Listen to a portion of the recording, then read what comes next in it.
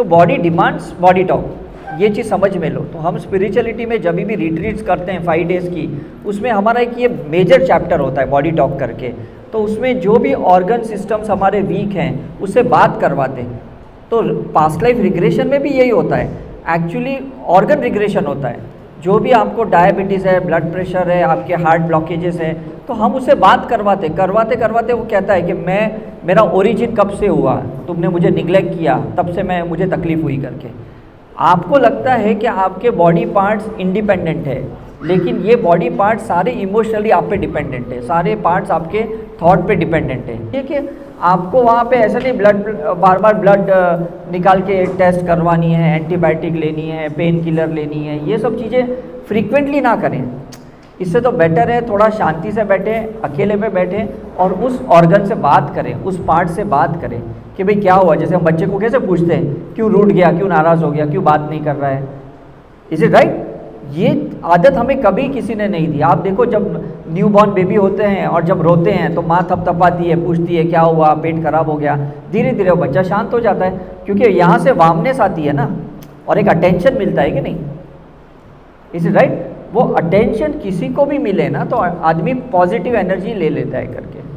तो हमें भी यही चाहिए। जो लोग रेकी हीलिंग करते हैं, प्राणी हीलिंग करते हैं, एक्चुअली अटेंशन ही तो दे रहे हैं, है ना। कोई 3 मिनट्स करता है, कोई 10 मिनट्स का हीलिंग करता है, टच हीलिंग जिसको हम बोलते हैं, स्पर्श चिकित्सा जिसको हम कहते हैं। तो हमें भी वही करना है।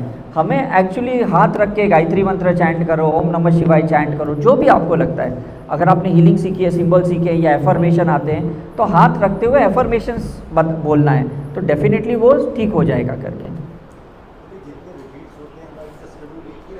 नहीं, पूरा डिफरेंट होता है। हमारा कैसा है ना कि हम पहले फर्स्ट डे जो ऑरा की स्टडी करते हैं रिट्रीट में, उस ऑरा के हिसाब से हम डिसाइड करते हैं कि इनको बेसिक में डालना है, एडवांस में डालना है, पीएलआर थेरेपिस्ट में डालना है, या ऑरा की रिट्रीट में डालना है, या वननेस की रिट्रीट में डालना है। और उसके बाद इंडिविजुअली रिट्रीट के टाइटल के अंदर भी सब टाइटल्स अलग होते हैं, है ना। जैसे हमें समझ में आता है ना, ये पेशेंट वार्ड में चल जाएगा, इसको तो ऑपरेशन थिएटर में डालना है, इसको तो आईसीयू में डालना है, इसको तो जनरल वार्ड में चलेगा। तो इसी तरह से स्पिरिचुअलिटी में भी कैटेगरी होता है, डिपेंड्स अपॉन वो क्या एनर्जी कैरी करता है, राइट। अगर वो बहुत लो एनर्जी कैरी करता है, हम उसको पास्ट लाइफ रिग्रेशन की थेरेपी में नहीं डाल सकते, क्योंकि तो और लो हो जाएगा। उसकी एनर्जी बहुत हाई है तो उसको हम पास्ट लाइफ रिग्रेशन थेरेपी में डालेंगे, बिकॉज तो वो उसको होल्ड कर पाएगा ना, हैंडल कर पाएगा। नहीं तो बोलते ना और वो तकलीफ में आ जाएगा करके, या डिस्टर्ब हो जाएगा। अभी किसी का हेमोग्लोबिन 7 है और उसकी आप बाईपास सर्जरी में थोड़ी डाल सकते हो, एटलीस्ट उसकी 13-14 हेमोग्लोबिन तो चाहिए कि नहीं।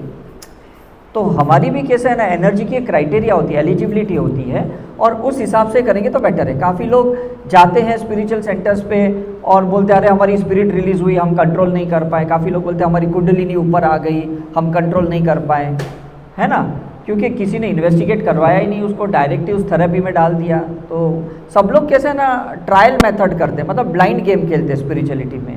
अगर मेडिकल के जैसा सिस्टमेटिकली स्पिरिचुअलिटी हो जाए ना, मुझे लगता है बहुत आगे बढ़ेगी ये स्पिरिचुअलिटी।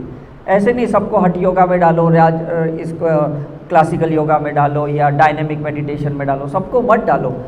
इसकी पैसिव एनर्जी है, एक्टिव एनर्जी, इसको स्टिमुलेशन ऑफ एनर्जी चाहिए, ट्रैंक्युलेशन ऑफ एनर्जी चाहिए। डिपेंड्स ऑन दैट उसका डिसाइड करना चाहिए कि इसको कौन से मेडिटेशन योगा की ज़रूरत है, कौन सी हीलिंग की ज़रूरत है, इसको थीटा हीलिंग की ज़रूरत है, डेल्टा हीलिंग की ज़रूरत है। तो ये सारे पाथ है हमारे, सब अलग अलग रास्ते हैं। एक ही रास्ते को पकड़ के चलोगे, कुछ चीज़ें अच्छी हो जाएगी। आपको मलेरिया हुआ, आप दवाई से अच्छे हो जाओगे लेरियागो से। दूसरी बार टाइफाइड हुआ, वही मलेरिया की दवाई खाओगे तो चलेगा? बताओ, नहीं चलेगा। आपको डायबिटीज़ की कोई डॉक्टर ने दवाई दी, आप ठीक हो गए, आप दूसरे को दे सकते हो कि भाई तू भी खा ले, तेरा भी ठीक हो जाएगा? नहीं होगा ना। तो यहाँ समझो कि हमने कभी ये सोचा ही नहीं है कि इसको कौन से मंत्र की ज़रूरत है, इसको कौन सी हीलिंग की ज़रूरत है, कौन सी एनर्जी की ज़रूरत है, कौन सी फ्रीक्वेंसी की ज़रूरत है। उतना ही उसको स्टिमुलेशन मिलनी चाहिए, वही चीज़ें उसको मिलनी चाहिए, तो बेटर रहेगा करके।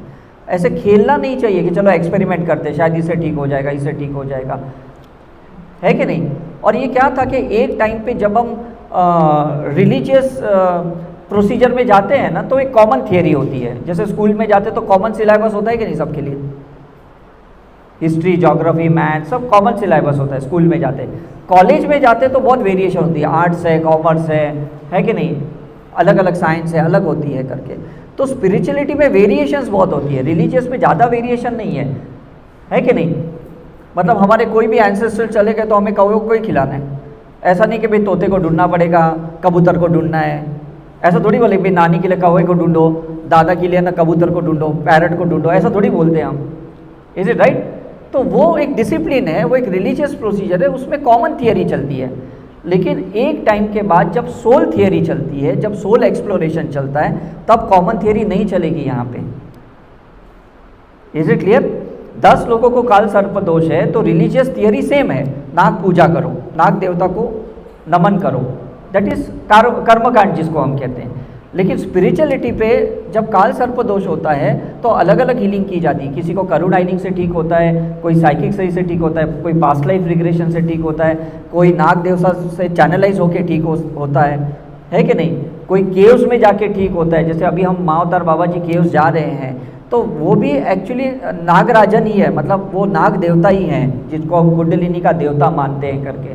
तो डिपेंड्स अपॉन आपको कौन सी प्रोसीजर की ज़रूरत है, वो हम आपको सजेशन दे सकते हैं और वही चीज़ें करो। डायरेक्ट एक्सपेरिमेंट मत करो कि चलो ये भी ट्राई करते, ये भी ट्राई करते, ये भी ट्राई करते। काफ़ी लोगों का तो विश्वास ही उठ जाता है उस चक्कर में कि भाई हमने हिप्नोथेरेपी किया, हमें काम नहीं आई, हमने रेकी हीलिंग करवाई, हमें काम नहीं आई। But that was not your cup of tea, आपने ट्राई ही क्यों किया? Is it right? तो ये अभी एक टाइम आ गया है साइंस समझने का, और साइंस को समझते हुए आप स्पिरिचुअलिटी में जाइए। अनवांटेडली ये आप एक्सपेरिमेंट मत कीजिए करके। या सो ये हमारा एक सिंपल सा एक फ़ोटो है, ऑरा का फ़ोटो है, जहाँ पे हम लोग कैसा है ना, कलर थियरी पे गाइड करते हैं, कलर कोडिंग पे गाइड करते हैं हम लोग। तो जब भी हमारे लाइट कलर्स आते हैं, ग्रीन है, वाइट है, ब्लू है, पिंक है, गोल्डन येलो है, समझ लो हमें स्पिरिचुअल पाथ पे अब जाना चाहिए। समझ में आ रहा है? जहाँ हमारे डार्क एनर्जीज हैं, रेड है, ब्राउन है, ब्लैक है, ग्रे है, मतलब हमें कुछ रिलीजियस प्रोसीजर करनी पड़ेगी उसको थोड़ी ट्रैंक्विलाइज करने के लिए, और उसके बाद स्पिरिचुअल प्रोसीजर उसके बाद करनी पड़ेगी। राइट? क्योंकि जब नीचे के चक्रस हमारे वीक हैं, हार्ट चक्र के नीचे के चक्रस, एनर्जी सेंटर्स वीक होते हैं, तो डेफिनेटली कुछ रिलीजियस प्रोसीजर करनी ही पड़ती है, बिकॉज हमने कुछ कर्म ही ऐसे किए हैं। राइट? लेकिन एट द सेम टाइम अगर आप स्पिरिचुअल प्रोसीजर करोगे तो आप जल्दी ठीक हो जाओगे। सिर्फ आप पंडित को पैसे दे के ठीक नहीं हो सकते कि भाई मेरी काल सर्प दोष पूजा कराओ, मेरे राहु केतु की पूजा कराओ, मेरे मंगल दोष की पूजा कराओ। प्रॉब्लम नीचे के चक्र पे है। आप कुछ करवा सकते हो बाहर से, बट ये 30-40% ही काम करने वाला है। बाकी का जो 60-70% जो काम करेगा वो अपना सेल्फ रिग्रेशन से, सेल्फ रियलाइजेशन से, जाति स्मरण से, इन्हीं चीज़ों से ठीक होने वाला है, स्पिरिचुअल प्रोसीजर से ठीक होगा। Is it clear? तो समझ लो कि ये ऑरा में कैसा है ना, जो right side of the body of the aura है ना, ये पास्ट का ऑरा होता है, और जो सेंटर का है ना, ये प्रेजेंट का ऑरा होता है, और लेफ्ट का है ना, फ्यूचर का ऑरा होता है।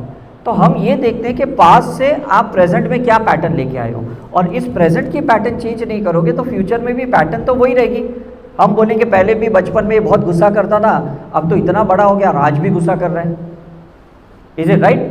हम बोलते हैं अरे इसके दादाजी भी बहुत गुस्सा करते थे, इसमें भी यही गुण आए करके, एंसेस्ट्रल पैटर्न आ गई है, जेनेटिकल पैटर्न्स आ गई है, तो कहीं तो पैटर्न ब्रेक करनी पड़ेगी कि नहीं। इसलिए हम तभी वूम रिग्रेशन करवाते हैं कि बच्चों को अगर कोई भी प्रॉब्लम है तो हम क्या करते हैं, हम उसमें रिग्रेशन का पार्ट क्लियर करते हैं, बिकॉज हम कर्मा चेक करते हैं कि इस बंदे के कौन से टाइप के कर्मा हैं। इसके मनी के कर्मा है तो मनी रिग्रेशन करेंगे, इसके अगर एंसेस्ट्रल प्रॉब्लम है तो वूम रिग्रेशन करेंगे, इसके पास्ट लाइफ का प्रॉब्लम है तो पास्ट लाइफ रिग्रेशन करेंगे, इसके प्रेजेंट लाइफ में किसी ने इसको अब्यूज़ किया है, किसी ने टॉर्चर किया है, किसी ने इसको बहुत परेशान किया है तो प्रेजेंट लाइफ रिग्रेशन करेंगे। अगर इसके लाइफ के बड़े बड़े प्रॉब्लम्स हैं, इसका मतलब उसने कोई गलत ही डिसीजन लिया लाइफ में आने के पहले, तो हम लाइफ बिटवीन लाइफ का प्रोसीजर करते हैं, वहाँ पे हम पोर्टल ओपन करके उसके कॉन्ट्रैक्ट्स चेंज करते हैं। समझ में आ रहा है कि नहीं? तो ऐसे बहुत सारे प्रोसीजर्स हैं जहाँ पे हम उसको गाइड करते हैं। फॉर एग्जांपल आज के दौर में ना मनी रिग्रेशन सबसे ज़्यादा नेसेसरी है सबको, क्योंकि पैसों का व्यवहार ही हमें नहीं पता, किसको कितने देने, किससे कितने लेने। Is it right? और हम कभी सोच भी नहीं सकते कि एक मोबाइल 20,000 का मिलता है, एक मोबाइल 1.5 लाख का मिलता है। हम समझ में नहीं आया ये मोबाइल में क्या फ़र्क है। Is it right? एक जूता हमें 200 रुपये को मिलता है, एक जूता 2,500 को मिलता है। तो समझ में नहीं आ रहा है कि इसका क्या फ़र्क होता है। कोई आदमी आपका छोटा काम करके बड़ा अमाउंट ले लेता है, कोई आदमी बड़ा काम करके ना छोटा अमाउंट लेता है। तो हमें समझ में ही नहीं आ रहा है कि किसको देना कितना है, किससे लेना कितना है। तो जब आप मनी रिग्रेशन करोगे ना, तो आपका राहु केतु चक्र ठीक हो जाएगा। किससे कितना लेना है, किसको कितना देना है, ये व्यवहार अगर आप सीख लिए ना, तो it's ultimate journey. Is it clear? जब मैं 98 में रेकी सीखा था, तो मेरे सर ने 2,500 रुपये चार्ज किए मुझे सिखाने के। तो मुझे लगा कि चलो अभी मैं भी हीलिंग करना शुरू कर दूं, बिकॉज मैंने सीखा है करके। तो मैंने 11 रुपये 21 रुपये लेना शुरू कर दिए। तो मेरे सर ने कहा, अरे तू बहुत कम चार्ज लेता है। मैंने कहा मुझे चैरिटी करना है, मुझे इसको प्रोफेशनली लेना नहीं है करके। और ऐसे करते करते मैंने 2 साल अच्छे से निकाले करके। और मेरे सर को मैं बार बार बुलाता था दिल्ली से मुंबई कि आप आ जाओ और इवेंट्स कंडक्ट करो, और अच्छे इवेंट्स कंडक्ट करते थे मेरे सर। लेकिन उनके जो चार्जेस थे ना, बहुत कम लोगों को अफोर्डिंग थे करके। तो मैं सोचता था इनको कैसे हेल्प करूं। फिर मैंने सोचा चलो हमारा एक ट्रस्ट था, लाइफलाइन मेडिकल रिसर्च ट्रस्ट था। उस ट्रस्ट में मैं 350 रुपये में उनको सिखाता था। तो मेरे सर थोड़े नाराज़ हो गए कि भाई तुम हमारे रेट्स को तुमने तोड़ा क्यों करके। मैंने कहा मुझसे रहा नहीं गया कि भाई लोगों को करूं क्या मैं, ना वो आपके पास सीख पा रहे हैं, ना वो मेडिकल ट्रीटमेंट से ठीक हो रहे हैं। तो अल्टीमेटली कुछ तो बीच का रास्ता निकलना चाहिए कि नहीं। Is it right? तो मैंने सोचा कि चलो ट्रस्ट के थ्रू सिखाएंगे 350 रुपीज़ में, तो शायद लोग ज़्यादा एफोर्डिंग होंगे और लोग सही में ज़्यादा सीखते थे और ठीक भी हो जाते थे। तो कहीं ना कहीं मुझे गिल्ट होता था कि मैंने ही अपने गुरु का अपमान किया। तो काफ़ी साल तक ये गिल्ट ना मेरे अंदर चलता रहा। समझ में आ रहा है? लेकिन जब मैंने करुणा रेकी सीखी, करुणा हीलिंग सीखी ना, तब मुझे समझ में आया कि हर एक का पैसे का व्यवहार अलग होता है। आप किसी से भी कंपेयर नहीं कर सकते। कोई आईफोन की कंपनी इतनी महंगी है तो उसका रिसर्च वैसा है ना। कोई चाइना वाला वो दाम पे बेच ही नहीं सकता है, उसने थोड़ी रिसर्च किया। उसके अंदर के सिलिकॉन डाइऑक्साइड के जो कंपोनेंट्स है वो इतने हाई क्वालिटी के थोड़ी है जो वो इतना रेट्स ले। Is it right? तो आज के टाइम पे समझ लो कि जहाँ पे जो आदमी डिमांड कर रहा है ना, उससे ज़्यादा बार्गिंग मत करो। आपको अगर परवड़ता है तो आप करवा लो, नहीं परवड़ता है तो सामने वाले को डाउन मत लेके आना। ये रिग्रेशन में मुझे बहुत अच्छे से समझ में आया। Is it right? मेरे पास जब पैसे नहीं थे तो मैं एकदम अनब्रांडेड चीज़ें लेता था, मुझे कोई फ़र्क नहीं पड़ता था। आज पैसे हैं तो मेरे पास ऑप्शन है कि मैं ब्रांडेड भी ले सकता हूँ करके। लेकिन ज़रूरी नहीं कि मैं है पैसे तो मैं ब्रांडेड ही लूँ, मैं कोई भी चीज़ कैसे भी खरीद सकता हूँ, है ना। मतलब ये जो रिग्रेशन का जो पार्ट है ना, ये आपको समझाता है कि अब आपको ऐसा ज़रूरी नहीं कि मनी है तो स्टेटस ही मेंटेन करना है लोगों को दिखाने के लिए कि भाई अब आप कमा रहे हो तो आप कुछ भी ये कर सकते हो करके। Is it right? तो प्लीज़ ये चीज़ समझिए करके कि सामने वाला जो डिमांड कर रहा है ना, वो कर्म क्लियरेंस करने का अमाउंट मांग रहा है, वो उस चीज़ का दाम नहीं मांग रहा है आपसे। Is it clear? हमारे एरिया में कुछ डॉक्टर्स हैं जो 50 रुपये में भी कंसल्टिंग चार्ज, और हमारे ही एरिया में कुछ ऐसे डॉक्टर हैं जो 2,000 रुपये भी चार्ज करते हैं। Is it right? तो शुरू में तो समझ में नहीं आ रहा था कि भाई इतना डिफरेंस कैसा है। जब मैं रामकृष्ण मिशन हॉस्पिटल में करता था 95 से 98, 10 रुपीज़ केस पेपर में ओपीडी चलती थी हमारी, और वही कंसल्टिंग डॉक्टर अपने प्राइवेट केबिन में 500 रुपये चार्ज करते थे, सेम डॉक्टर्स। राइट? तो काफ़ी लोग क्या करते थे कि भाई वो कंसल्टिंग में नहीं जाते थे, ये चैरिटेबल ओपीडीज़ में आते थे, मर्सिडीज़ में आते थे, BMW में आके लेते थे। लेकिन ये कर्म है, बिकॉज जब आपके पास पैसे हैं, जब आप कंसल्टिंग फीस दे सकते हो, तो अननेसेसरी जो बेचारे गरीब है उनकी लाइन में आपको क्यों खड़ा रहना है? जस्ट बिकॉज आपकी वो कंजूसी वाली माइंडसेट है, वो पैसे बचाने वाले माइंडसेट है, आप खर्च नहीं कर रहे हो। जब गॉड ने आपको दिया है, प्लीज स्पेंड दैट मनी। अब समझ में आ रहा है कि नहीं? उसको बचा के आपको क्या करने वाले? इससे तो बेटर है आपके पास एक्स्ट्रा मनी है तो किसको स्पॉन्सर करो, किसी की ट्रीटमेंट करो उसी पैसे से, किसी की चैरिटी करो। Is it clear? तो आपके वो कर्म क्लियर हो जाएंगे। आप उल्टा करते हो, चैरिटी तो करते नहीं हो, बस उनकी कतार में आप खड़े रह जाते हो 10 रुपये वाली लाइन में। तो ये कर्म हुआ कि नहीं मुझे बताइए। गॉड ने आपको जिस लेवल पे रखा है ना, आप वो डिजर्व करते हो। भले आप डिज़ायर नहीं करते हो, बट आप डिजर्व करते हो। ठीक है कि नहीं? और अगर आपको लगता है ये मुझे गलत जगह पे रखा है, मेरा बहुत डिवैल्यूएशन हो रहा है, मुझे बहुत कमाना है, बहुत आगे बढ़ना है, तो आपको बहुत स्पिरिचुअल प्रैक्टिस करनी पड़ेगी, क्योंकि लोग आपको नीचे नहीं खींच रहे, आपका कर्म आपको नीचे खींच रहा है, आपका माइंडसेट आपको नीचे खींच रहा है। ठीक है कि नहीं? लोग क्यों आपको नीचा करेंगे? कोई आप पे क्यों ब्लैक मैजिक करेगा, क्यों आपको कर्ज करेगा, या आपको किसकी बद्दुआ क्यों लगेगी? कर्म है तब लगेगा। तो ये कर्म आपको ठीक करने पड़ेंगे रिग्रेशन के थ्रू, आपके डीएनए में से वो चीज़ें निकालनी पड़ेगी, तब आप ठीक हो जाओगे। अब समझ में आ रहा है कि नहीं? तो कोई किसको रोक नहीं रहा है। हम जिसकी भी बायोपिक्स सुनते हैं, मतलब वीडियोस देखते हैं कि कैसा गरीब था ये राजकुमार राव, कैसे सड़कों पे जा रहा था, मतलब कटिंग चाय पी रहा था, आज इतने मूवीज़ कर रहा है, इतने मल्टी मिलियनर बन गया, कार्तिक आर्यन इतना मल्टी मिलियनर बन गया। ये कहाँ से बने? पिछले जन्मों के पुण्य हैं, किसी ने जस्ट उसको ट्रिगर किया है। ये मत सोचना कि इस लाइफ में उसने बहुत बड़ी मेहनत की है। मेहनत आप भी करते हो, वो भी करते हैं, लेकिन कुछ पुण्य तो होती है कि नहीं? तो स्पिरिचुअलिटी की प्रैक्टिस पुण्याई क्रिएट करती है, और वो चीज़ें आ गई ना तो पैसा जल्दी आपके पास आता है। अभी क्लियर हो गया?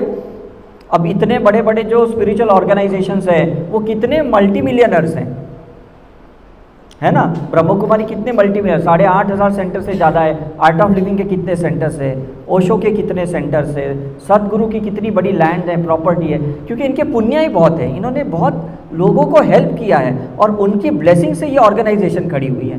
तो आप ये नहीं बोल सकते हो ये कुछ पीछे काला मतलब ब्लैक मनी चलता है या पीछे कुछ बिजनेस कर रहे हैं, ऐसा कुछ भी नहीं है। इनकी एक्चुअली अपनी पोटेंशियलिटी, आज पतंजलि देखो कितनी आगे बढ़ गई है, करोड़ों की बिजनेस कर रही कि नहीं। लेकिन एक फ्री विल आने के बाद, एक आपको अपॉर्चुनिटी मिलने के बाद आप सही में उसको मेंटेन करते हो कि नहीं, ये इंपॉर्टेंट है। अगर आप नहीं करोगे तो वापस वो लोअर साइकिल में चले जाओगे। अब क्लियर हो गया आपको? ठीक है कि नहीं? लेकिन अगर आप उसका सदुपयोग करोगे, अच्छी चीज़ें बेचोगे, अच्छे सर्विसेज दोगे अपने फॉलोअर्स को, अपने भक्तों को, तो डेफिनेटली आप अबेंडेंस में मेंटेन रहोगे, आगे के जनरेशन भी रहेंगे, है ना? आज सत्य साई बाबा नहीं है तो भी पुट्टपति में उनका आश्रम चल रहा है, आज गोयंका जी नहीं है तो भी विपश्यना चल रहा है कि नहीं, है ना? आज पत्री जी नहीं है तो भी उनका पिरामिड वैली चल रहा है, क्योंकि सारे ये लोग पुण्यशाली आत्माएं हैं। इन्होंने अपनी चेतनाएं फ्रेगमेंटेड पार्ट में सारे भक्तों को दे चुके हैं। वो लोग फिजिकली वो नहीं है, लेकिन उनकी आत्मा की कॉन्शियसनेस सभी के अंदर कहीं ना कहीं है। तो आपको नहीं लगता वो चीज़ें काम कर रही है?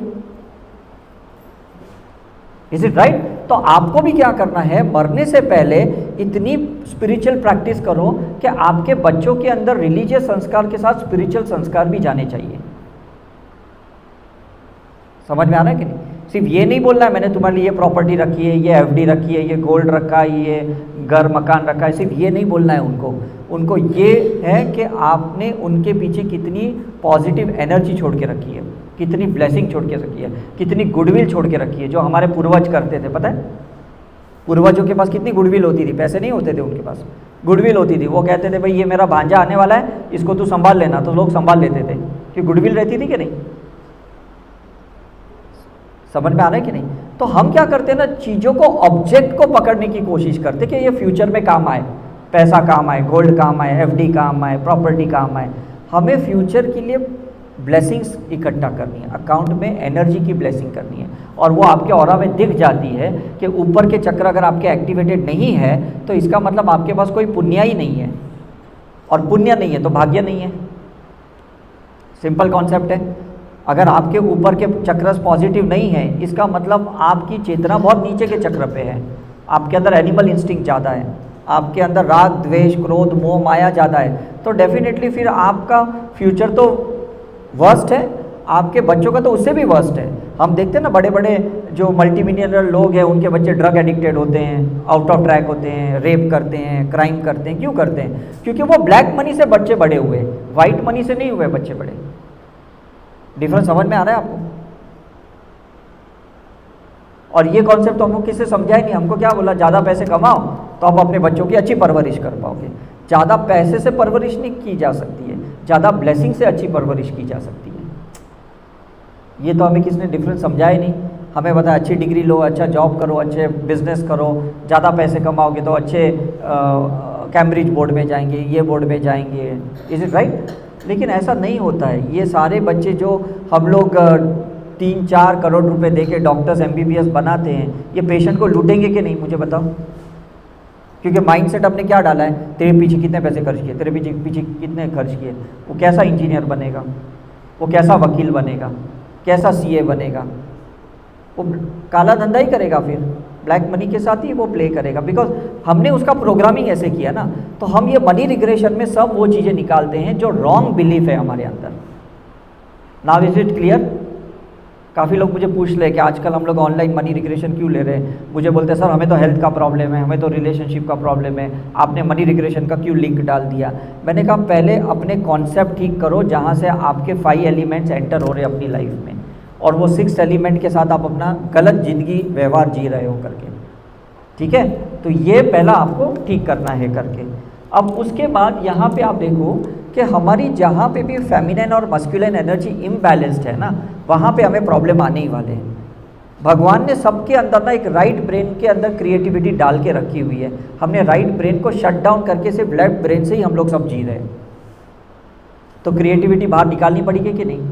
आपके अंदर कुछ आर्ट है, म्यूज़िक है, डांस है, सिंगिंग क्वालिटीज़ है, कुछ खाने बनाने की क्वालिटीज़ है, जो भी क्वालिटीज़ आपके अंदर है उसको बाहर निकालो, फिर आपको स्ट्रगल नहीं करना पड़ेगा। Is it clear? तो जब भी हम वननेस की रिट्रीट करते हैं, शिव शक्ति की रिट्रीट करते हैं, हम राइट ब्रेन को बहुत एक्टिव करते हैं, बिकॉज पूरा टाइम इंसान लॉजिकली ही जीता है। वो उसने अपने राइट ब्रेन को शट डाउन करके रख दिया है। समझ में आ रहा है? क्योंकि वेस्टर्न एजुकेशन पूरा लेफ्ट ब्रेन का है कि नहीं? मतलब हमको बचपन से पोयम को बाय हार्ट करवाया जाता है, मैथ्स को, फिजिक्स को, हर चीज़ को बाय हार्ट, फॉर्मूलाज को बाय हार्ट करना है, तो उसमें राइट ब्रेन आता ही कहाँ पे? समझ है? तो ये ब्रेन है ना जहाँ सबकॉन्शियस माइंड से जुड़ा हुआ है, इसमें अगर क्रिएटिविटी एक्टिवेट हो गई तो आपके अंदर के सेल्स के अंदर ना एक वाइब्रोनिक्स क्रिएट हो जाएगी है। समझ में आ रहा है? तो प्लीज़ अपने राइट ब्रेन को एक्टिव कीजिए। तो जब हम पास्ट लाइफ रिग्रेशन करते हैं, हम पहले लेफ्ट ब्रेन को रिलैक्स करते हैं, राइट ब्रेन में जाते हैं, राइट ब्रेन के अनवांटेड इमोशंस, क्लटर्स को डिलीट करते हैं, हील करते हैं, और उसके बाद जो क्रिएटिविटी है उसको बाहर निकालते हैं, तो उसकी लाइफ बहुत अच्छी हो जाती है। इंसान आपकी वैल्यू कब करेगा? जब आपके अंदर कोई कला है तभी वैल्यू करेगा कि नहीं? पैसे तो सबके पास होते हैं, लेकिन कला जिसके पास होती है ना उसकी वैल्यू की जाती है ना। कि क्यों लोगों ने सचिन तेंदुलकर के ऊपर पिक्चर बनाई, MS धोनी के ऊपर पिक्चर बनाई, चमकीला के ऊपर पिक्चर बनाई, क्यों बनाई? कुछ अंदर क्वालिटी यूनिक थी कि नहीं इनके अंदर? Is it right? और किसी के अंदर नहीं थी वो क्वालिटीज़, है ना। वो 12th फेल बच्चे के ऊपर भी पिक्चर बनाई, है ना। क्यों बनाई? क्योंकि उसके अंदर की जो एक काबिलियत थी, जो पोटेंशियलिटी थी, जो टैलेंट था, वो बाहर निकाला उसने, लेकिन किसी ने उसको एक्नॉलेज ही नहीं किया। Is it right? लेकिन जैसे अब हम ने उसकी मूवी देखी तो हमें समझ में आया कि उसकी कितनी मतलब संघर्ष थे, कितनी मेहनत की उसने अपने राइट ब्रेन के अंदर की क्वालिटी को निकाल के एजुकेशन लिया करके। तो प्लीज़ अपने बच्चों को भी ना ज़्यादा लेफ्ट ब्रेन में मत रखो, उनके राइट ब्रेन को, उनकी फेमिनाइन एनर्जी को एक्टिवेट करो, सिर्फ मस्कुलाइन एनर्जी को एक्टिवेट मत करो। हम तो आजकल महिलाओं को, लड़कियों के भी ना मस्कुलाइन एनर्जी को एक्टिवेट करके टॉम बॉय बना देते हैं उनको। Is it right? बेटा बेटा बेटा बेटा बुला के, बेटी बुलाने में क्या शर्म है? मुझे बताओ। हम बचपन से बोलते हैं मेरा बेटा आया, बेटा आया, है ना। तो जब हम वूम रिग्रेशन करते हैं तो पता चलता है 2 बार एबॉर्शन किया, 3 बार एबॉर्शन किया। जब डॉक्टर ने बोला कि भाई अभी भी लड़की है तो हमने उसको अंदर के अंदर मार दिया। और फिर जब सही में एक लड़की बॉर्न होती है तो उसके अंदर सारी मस्कुलिन एनर्जीज हम डाल देते हैं कि ये लड़कों वाला काम करें, क्योंकि हमें समाज में दिखाना है मेरी लड़की कुछ कम नहीं है, लड़कों से कम नहीं है। और सही में लड़की फिर वही करती है, कॉर्पोरेट जॉब करती है, बहुत हाई एजुकेशन लेती है, घर का काम कभी नहीं करेगी, क्रिएटिव का काम कभी नहीं करेगी। तो आपको नहीं लगता ये सब इम्बैलेंस्ड है? ब्रेकअप्स होते हैं, डिवोर्सेस होते हैं, रिलेशनशिप नहीं चलते, क्योंकि जो फेमिनाइन एनर्जी नहीं है। और एक ही घर में अगर कपल दोनों मस्कुलिन एनर्जी के साथ जी रहे तो आपको नहीं लगता ईगो क्लैश होगा? सोच के देखिए आप। मतलब कोई भी लड़का कब किस लड़की से शादी करेगा ये सोच के कि उसको वो फेमिनिन एनर्जी मिलेगी जो मदर से, सिस्टर से मिल रही थी या दादी नानी से मिल रही थी, और उसको अगर नहीं मिलती है तो वो लड़का कितना रिलेशनशिप को कंटिन्यू करेगा? Is it right? और लड़की भी खुद मस्कुलिन एनर्जी में है, उसको लगता है ये लड़का कैसे डोमिनेट कर रहा है, मैं तो खुद भी कमा रही हूँ, मैं खुद इंडिपेंडेंट हूँ, मैं क्यों झुक के रहूँ, मैं क्यों इसकी बात सुनूँ, मैं क्यों घर वालों की सेवा करूँ। ये कल्चर देखो कहाँ चला गया। हम कितनी भी सनातन धर्म की बात करें, लेकिन स्पिरिचुअल एनर्जी में जब तक आप करेक्शन नहीं करोगे ना, सिर्फ धर्म के नाम का झंडा लेके घूमना ये बड़ी बात नहीं है। परिवर्तन लाना इंपॉर्टेंट है, ट्रांसफॉर्मेशन लाना इंपॉर्टेंट है। Is it true? है कि नहीं? वो सांस्कृतिक परंपराएं जो पहले थी कि जो राइट है वो राइट ब्रेन में है, जो लेफ्ट में है वो लेफ्ट में है, जो लड़कियां जिसमें जो क्वालिटी अप्रिशिएट करो उसकी वैल्यू करो, है ना, और जो मस्कुलिन एनर्जी की क्वालिटी है उसको अप्रिशिएट करो, उसमें कंपैरिजन नहीं करना है। समझ में कि नहीं? अगर कोई अगर अच्छा खाना बनाता है और बहुत क्रिएटिव आर्ट वर्क है, फिर वो लड़की बनाए लड़का बनाए, क्या फ़र्क पड़ता है? कोई फ़र्क थोड़ी पड़ता है। हम बोलेंगे अरे लड़का हो के तू क्या खाना बना रहे, तो लड़कियों का काम है कि नहीं? हम बचपन से ही ऐसे बोलते हैं। कोई लड़का रोता है तो बोलते हैं क्या लड़कियों जैसा रो रहा है, मतलब थप्पा ही मार, तुझे रोना नहीं है। तो पूरी ज़िंदगी लड़का कभी रोता ही नहीं है। हम जब रिग्रेशन करते तो फूट फूट के रोता है, क्योंकि बचपन से उसको ये मतलब एंकरिंग किया गया ना कि तुझे रोना नहीं है, क्या लड़कियों जैसा रो रहा है। Is it right? सो आप देखो, आपके जो भी अभी प्रॉब्लम्स है ना, वो एक्चुअली वो प्रॉब्लम नहीं है जो आप समझ रहे हो। इसके पीछे का जो कॉज है ना, ये एनर्जी का इम्बैलेंस्ड है। तो जब हम वननेस के कॉन्सेप्ट सिखाते हैं कि आपको सुषुम्ना नाड़ी के साथ रहना है, चंद्र सूर्य नाड़ी के साथ नहीं रहना है, ईडा पिंगला के साथ नहीं ज़्यादा रहना है, तो आदमी जब बैलेंस में रहना सीख जाता है ना, उसके प्रॉब्लम तो ऐसे ही सॉल्व हो जाते हैं। Is it okay? तो भगवान ने अगर मेल बॉडी दी है और उसमें अगर राइट ब्रेन दिया है तो उसमें एक्टिवेट रहने दो। ऐसा नहीं जबरदस्ती तू मेल है तो तुझे लेफ्ट ब्रेन से ही जीना है, कोई ऐसा ज़रूरी नहीं है ना। संजीव कपूर ने कितने अच्छे नाम कमाए खाना बना के, खाना खजाना देखो। Is it right? तो it's all depends upon the life between life. क्या आपने चॉइस करी है तो उस चॉइस को सप्रेस मत करो। सामने की डिमांड के वजह से ना, जो हम अपनी अंदर सप्रेशन क्रिएट करते हैं ना, उसके वजह से हार्मोनल इम्बैलेंस्ड होते हैं। उसके वजह से हमें फाइब्रॉइड सिस्ट वगैरह स्टोन सब चीज़ें होती है, क्योंकि चीज़ें दबाते हैं हम अपने अंदर। तो पास्ट लाइफ रिग्रेशन में हम वो सारी दबाई हुई चीज़ों को बाहर निकालते हैं। Is it clear? और वो धीरे धीरे निकलती है, पिलिंग से निकलती है। अब एक चीज़ सिंपल है, हमको समझना कैसा है। लोग मुझे पूछते हैं हमें समझना कैसा है कि हमारे अंदर गलतियाँ क्या है। Is it right? ये बहुत कॉमन क्वेश्चन है, मुझे काफ़ी लोग पूछते हैं। मैं कहता हूँ एक ही सिंपल चीज़, जो इतने बड़े स्पिरिचुअल ऑर्गेनाइजेशंस होते हैं या रिलीजियस ऑर्गेनाइजेशन होते हैं, वो एक ही बात कहते हैं, सांसों के ऊपर ध्यान दो। कहते कि नहीं? फोकस ऑन योर ब्रेथ कहते कि नहीं? चाहे आँख खुली रख के मेडिटेशन करो या बंद रख के करो, वो कहते हैं सांसों के ऊपर ध्यान दो। क्योंकि सांस ये कहती है आपका सूर्य नाड़ी एक्टिवेट है, चंद्र नाड़ी एक्टिवेटेड है, ये आपको एहसास दिलाती है करके। ज़्यादा किसी भी नाड़ी के साथ जुड़े रहोगे तो आप मोनोटोनस बन जाओगे। आपको शिफ्ट करने को आनी चाहिए। मैं अगर मंदिर में जाके घंटी बजाता हूँ, मेरा राइट ब्रेन एक्टिवेट, मेरी चंद्र नाड़ी एक्टिवेट होनी चाहिए। मैं ड्राइव करता हूँ तो मेरी लेफ्ट ब्रेन एक्टिवेट चाहिए, मेरे सूर्य नाड़ी एक्टिवेट चाहिए। Is it clear? शिफ्ट होने को आना चाहिए कि नहीं इंसान को, राइट? अगर मैं मंदिर में जाके लेफ्ट ब्रेन यूज़ करता हूँ, लॉजिक यूज़ करता हूँ, भगवान तो दिख नहीं रही है, तो पत्थर की मूर्ति है, मैं क्यों घंटी बजाऊँ, क्यों आरती करूँ, तो मेरे भाव ही नहीं आएंगे। और भाव नहीं आएंगे तो मुझे ब्लेसिंग भी कहाँ से मिलेगी ढंग की? समझ में आ रहा है कि नहीं? और गाड़ी चलाते वक्त अगर मैं इमोशनल हो गया तो 2-3 गाड़ियों को तो मैं भेज ही दूंगा कहीं ना कहीं। Is it right? इसलिए औरतें गाड़ियाँ नहीं चला पाते, क्योंकि वो राइट ब्रेन से ज़्यादा जीते हैं, वो इमोशनल ज़्यादा होती है, उनको टाइम डिस्टेंस कैलकुलेशंस थोड़े कम होते हैं, लेफ्ट ब्रेन से कम जीते वो लोग। समझ में आ रहा है? लेकिन जो लोग क्रिएटिव होते हैं वो दोनों माइंड को यूज़ करना सीख लेते हैं, दोनों नाड़ियों को यूज़। इसके लिए ब्रेथ को ऑब्जर्व करो कंटिन्यूसली। खाना खाते वक्त ऑब्जर्व करो, चलते वक्त अपने ब्रेथ को ऑब्जर्व करो, पढ़ाई करते वक्त ऑब्जर्व करो। हर एक्टिविटी में ब्रेथ कॉन्शियसनेस इंसान को होना चाहिए। Is it clear? क्योंकि सांसें बताएगी कि आप ज़्यादा किस चीज़ से जुड़े हुए हो। आप कितनी बार हमारे पास ऑरा कराओगे? 3 महीने में कराओगे, 6 महीने में कराओगे, रोज़ थोड़ी आप अपना ऑरा कराओगे हमारे पास। Is it right?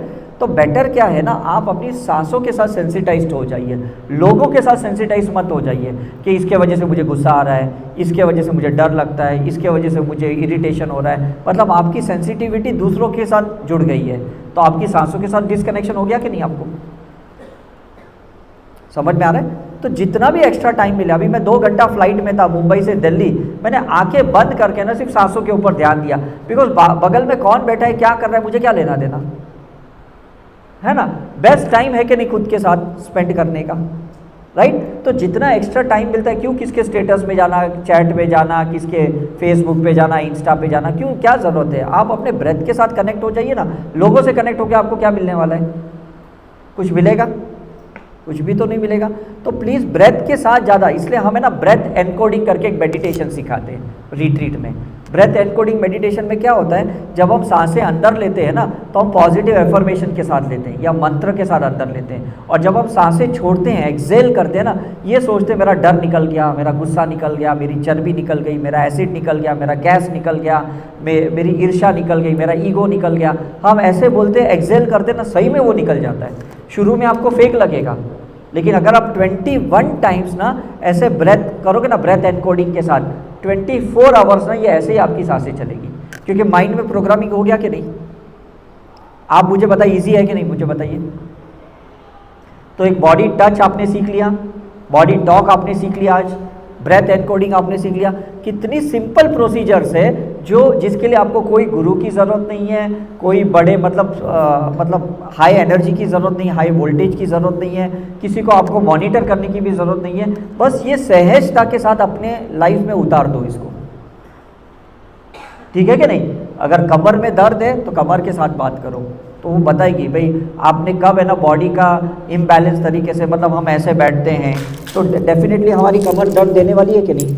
Is it right? हमारी स्पाइन सीधी नहीं होती है, तो समझ लो कि आपके जो वर्टिब्रास हैं धीरे धीरे धीरे वो टॉर्चर हो रहे हैं, ग्रेविटेशनली उसको एक्सेस प्रेशर आ रहा है करके, है कि नहीं? लेकिन अगर आप अपनी इरेक्ट स्पाइन रखेंगे तो डेफिनेटली आप पूरी ग्रेविटेशनल को इक्विवेलेंटली प्रेशर दे रहे करके, तो किसी एक वर्टिब्रा पे प्रेशर नहीं आएगा। समझ में आ रहा है? तो हर चीज़ को आप देखो, आप कुछ भी खाते पीते हो और उसके बाद वर्कआउट नहीं करते हो, डिटॉक्सिफिकेशन नहीं करते हो, तो बॉडी टॉर्चर करते हो कि नहीं? मुझे बताओ, राइट? आपको जहाँ पे 8 से 12 बार सांसें लेनी है, आप 15 बार सांसें लेते हो, तो लंग्स को टॉर्चर करते हो कि नहीं आप? समझ में आ रहा है? तो बी ओन सेंसिटाइज्ड। तो जितना आप अपनी बॉडी टॉक करोगे, ब्रेथ एनकोडिंग करोगे ना, आपको समझ में आएगा मैं कहाँ गलत जा रहा हूँ, मैं कहाँ गलत जा रही हूँ, और मुझे बस उसी को सुधारना है। ये क्लियर हो गया आपको? इतना क्लियर हो गया? मतलब अब गलती कहाँ पता चलेगी, मैं आपको समझा रहा हूँ। गलती आपके शब्दों की पता चलेगी कि मैं कहाँ अपनी वाणी में गलत हूँ, मैं कहाँ अपने भाव में गलत हूँ, मैं कहाँ अपने एक्शन में गलत हूँ, ये आपको पता चलेगा। So this is the spiritual path. Spiritual path के लिए ऐसा नहीं है कि कोई बड़ी मतलब क्रिया करनी है, कोई बड़ी शक्तिपात करवानी है, कोई बड़े गुरु पंडित के पास गुरुकुल में जाके 6 महीने रहने। That is not spiritual path. Spiritual path का मतलब हमारी डे टू डे लाइफ में हम कितने सोल के साथ कनेक्टेड है, that is spiritual path. Mind के साथ connected, that's a spiritual path. हम अपनी बॉडी के साथ connected, that's a spiritual path. Is it right? मेरा 15 साल से 63 kg वेट है, दैट्स अ स्पिरिचुअल पाथ। मैं मेंटेन करता हूँ, चाहे कितनी भी ट्रैवलिंग करूँ, बाहर का खाना खाता हूँ, थोड़ा खा लेता हूँ, भले ऐसा नहीं मैं ये समोसा नहीं खाऊंगा, मैं पिज़्ज़ा नहीं खाऊंगा, ये गोलगप्पे नहीं खाऊंगा, मैं कभी ऐसे नहीं बोलता हूँ। जो भी सामने मुझे मिला मैं खा लेता हूँ, लेकिन मैं इतना टेस्ट के लिए खाता हूँ, बड़ा अमाउंट में क्वांटिटी में नहीं खाता हूँ, क्योंकि मुझे पता है कि टेस्ट में जब मैं खाता हूँ ना तो गैस्ट्रिक जूस आने वाली है, क्योंकि उसमें एक एक्साइटमेंट है। उसके बाद मैं ठोसूंगा ना, ये फिर कुछ ना कुछ अंदर बढ़ाएगा, एसिड बढ़ाएगा, गैस बढ़ाएगा, चर्बी बढ़ाएगा। समझ में आ रहा है कि नहीं? मुट्ठी भर का आपका हार्ट है तो मुट्ठी भर का ही खुराक चाहिए आपको। 1 या 1.5 चपाती खाओ, बस बहुत हो गया। 3-3, 4-4 आप ऐसे रोटियां खाते जाओगे, भर भर के राइस खाओगे, तो एक्स्ट्रा जो फूड जा रहा है वो टॉक्सिन्स क्रिएट करेगा कि नहीं? एक्स्ट्रा थॉट्स क्रिएट कर रहे हो, वो टॉक्सिन्स क्रिएट करेगा कि नहीं? एक्स्ट्रा इमोशंस क्रिएट कर रहे हो, वो टॉक्सिन्स करेगा कि नहीं आपके अंदर? मुझे बताओ।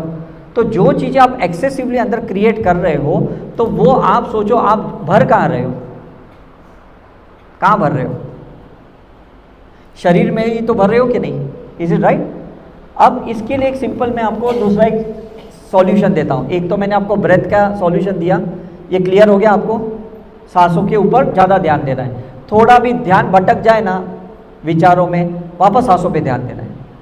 थोड़ा यहाँ वहाँ ध्यान चला जाए टीवी में, मतलब इंस्टा पे, इधर उधर, वापस सांसों पे ध्यान देना। ये एक फॉर्मूला हमें समझ में आ गया। अब मैं आपको एक अल्टीमेट फॉर्मूला देता हूँ, that is channelizing to the master. Channelizing to the master का एक कॉन्सेप्ट बहुत क्लियर है। हमारी जो आत्मा है ना, ये अपनी हायर सेल्फ किसी ना किसी परमात्मा से जुड़ी हुई है। इतना मानते हो कि नहीं? अगर आपके मोबाइल के अंदर एयरटेल है, वोडाफोन है, जियो का है, मतलब कोई तो सिम है तभी नेटवर्क पकड़ रहा है कि नहीं? तो आपकी भी आत्मा किसी तो परमात्मा की कॉन्शियसनेस से जुड़ी रहेगी कि नहीं? Is it right? अब हम कहते हैं कि 33 करोड़ देवी देवता हैं। 33 करोड़ देवी देवता नहीं है, 33 करोड़ कॉन्शियसनेस है जिसके साथ हमारी तार जुड़ी रहती है, नेटवर्क जुड़ा रहता है। आपको फाइंड आउट क्या करना है कि मेरी कॉन्शियसनेस किसके साथ जुड़ी है। मैंने भी ये फाइंड आउट किया बहुत मेडिटेशन करते करते कि मेरी फेमिनाइन एनर्जी जो है ना, वो काली माँ के साथ कॉन्शियसनेस से जुड़ी है, और मेरी जो मस्कुलाइन एनर्जी है ना, वो साईं बाबा के साथ मेरी जुड़ी है। तो मैं ऐसे नहीं सोचूंगा मैं जैन धर्म का इंसान हूँ, मतलब जैन रिलीजन में बर्थ दिया तो मेरी तो महावीर से ही होनी चाहिए। आपको फाइंड आउट करना पड़ेगा कि आपका हायर सेल्फ है ना, आपकी आत्मा किसके साथ जुड़ी हुई है, और उनको ज़्यादा वर्शिप करोगे ना तो आपका नेटवर्क बहुत स्ट्रांग रहेगा। Is it clear? यस, वो बहुत इजी है। देखो फील होगा कि नहीं, उसका फोटो सामने आएगा, अट्रैक्शन सामने आएगा। मतलब मैं देखता था कि जब मैंने ये प्रोसीजर की थी 2001 में, मैंने ये प्रोसीजर की थी 23 साल पहले, तो धीरे धीरे रिक्शा के पीछे साईं बाबा दिखते थे, काली माँ की फ़ोटो दिखती थी। समझ में आ रहा है कि नहीं? इनर कॉलिंग लगती थी कि भाई मैं कलकत्ता जाऊँ, दुर्गा पूजा अटेंड करूँ, ये करूँ। तो मेरे घर वाले बोलते क्या पागल है, अरे जैन तीर्थ पे जा, पालीताना जा, समेत शिखर जा, गिरनार जा, ये कहाँ जा रहा है तू, शिरडी क्यों बार बार जा रहा है? लेकिन मुझे समझ में आया कि हर लाइफ में ना, हम लाइफ बिटवीन लाइफ जो भी डिसाइड करते हैं कि मुझे ये करना है, उस हिसाब से आपको एक कॉन्शियसनेस दी जाती है ना। जैसे अगर आपने सोचा कि आपको अगर सीए करना है तो आपको कोई साइंस में डालेगा, किस में डालेगा? आपको कॉमर्स में डालेगा कि नहीं? समझ में आ रहा है कि नहीं? अगर आपने सोचा मुझे डॉक्टर बनना है तो कोई आपको आर्ट्स में डालेगा? नहीं डालेगा। तो लाइफ बिटवीन लाइफ जो हमने सोचा है कि मुझे आने वाली लाइफ में ये लेसन सीखने, ये सबक सीखने हैं, तो उसके लिए जो भी कॉन्शियसनेस रहेगी ना, उससे आपको कनेक्ट करवाएंगे कि ये कॉन्शियसनेस ही आपको हेल्प करेगी। यही गाइड, जैसे मैंने life between life past life में सोचा था कि मुझे है ना वननेस में आना है, ये मैंने सोचा था। अब जन्म मेरा जैन धर्म में हुआ, लेकिन कनेक्शन मेरा साईं से हुआ वननेस के वजह से। समझ में आ रहा है कि नहीं? तो मुझे स्ट्रेंथ चाहिए थी, प्रोटेक्शन चाहिए थी, बिकॉज हर लाइफ में मैंने देखा मैं थोड़ा कमज़ोर था, मुझे प्रोटेक्शन नहीं मिला था। तो इस लाइफ में मुझे काली माँ का प्रोटेक्शन मिला कि कोई मेरे पे कुछ भी करे, एक माँ का प्रोटेक्शन मेरे साथ है, तो वो प्रोटेक्शन मुझे हेल्प कर रहा है। मैं इतने लोगों को हील करता हूँ, एट्यून करता हूँ, इतने लोगों के साथ रिट्रीट करता हूँ, तो मुझे कोई नेगेटिव इफेक्ट नहीं आता। इतनी स्पिरिट रिलीज़ करता हूँ, बैक टू बैक इतने इवेंट करता हूँ। अब परसों मैं अहमदाबाद था और कल बॉम्बे था, आज मैं इधर हूँ। Is it right? इतनी फ्रीक्वेंट ट्रैवलिंग करता हूँ। यहाँ से एक दिन बाद मैं तुरंत कलकत्ता जा रहा हूँ, वहाँ इवेंट करूँगा, एक दिन बाद मैं दुबई जा रहा हूँ। तो इतनी कैसे मैं ट्रैवल कर रहा हूँ? क्योंकि शक्ति चाहिए कि नहीं माँ की, आपको प्रोटेक्शन चाहिए कि नहीं? समझ में आ रहा है कि नहीं? और वननेस में रहोगे ना तो कहीं डाइवर्ट नहीं होंगे कि कोई रिलीजियसली आप अट्रैक्ट नहीं होंगे, बस यही मेरा भगवान है, यही मेरा गुरु है। वननेस का मतलब आप 360 डिग्री को एक्सेप्ट करते हो, you are at the centre. You got my point? तो कोई हमारे इवेंट में मुस्लिम भी आते हैं, क्रिश्चियन भी आते हैं, सिख भी आते हैं ना, हमें बहुत अच्छा लगता है, क्योंकि हम खुद वननेस में, हमें नहीं लगता कि अरे ये कहाँ से आ गए, हम तो जैन धर्म के, तो हमारे जैन वाले ज़्यादा आने चाहिए। अब डिफरेंस समझ में आ रहा है कि नहीं? कोई डिस्क्रिमिनेशन ही नहीं है, कोई कास्ट रिलीजन का ये कोई फंडा ही नहीं है यहाँ पे वननेस में। तो जब भी हम साईं के टेंपल में शिरडी में जाते हैं तो वहाँ ही मस्जिद होती है, वहीं पे कृष्ण की, वहीं विठोबा की होती है, खंडोबा की होती है, मतलब हर भगवान की वहीं पे चीज़ें हैं करके। तो समझ में आता है कि he was in the oneness. वो सिख भी लोग जाते हैं वहाँ पे, है ना, पंजाबी लोग जाते, सब लोग जाते हैं वहाँ पे।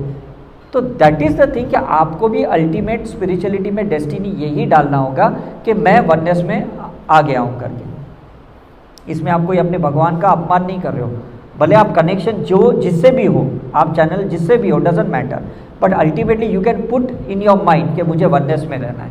तो कोई गॉड गॉडेसेस ना आपको पार्शियली, मतलब ऐसा खींचेगा नहीं।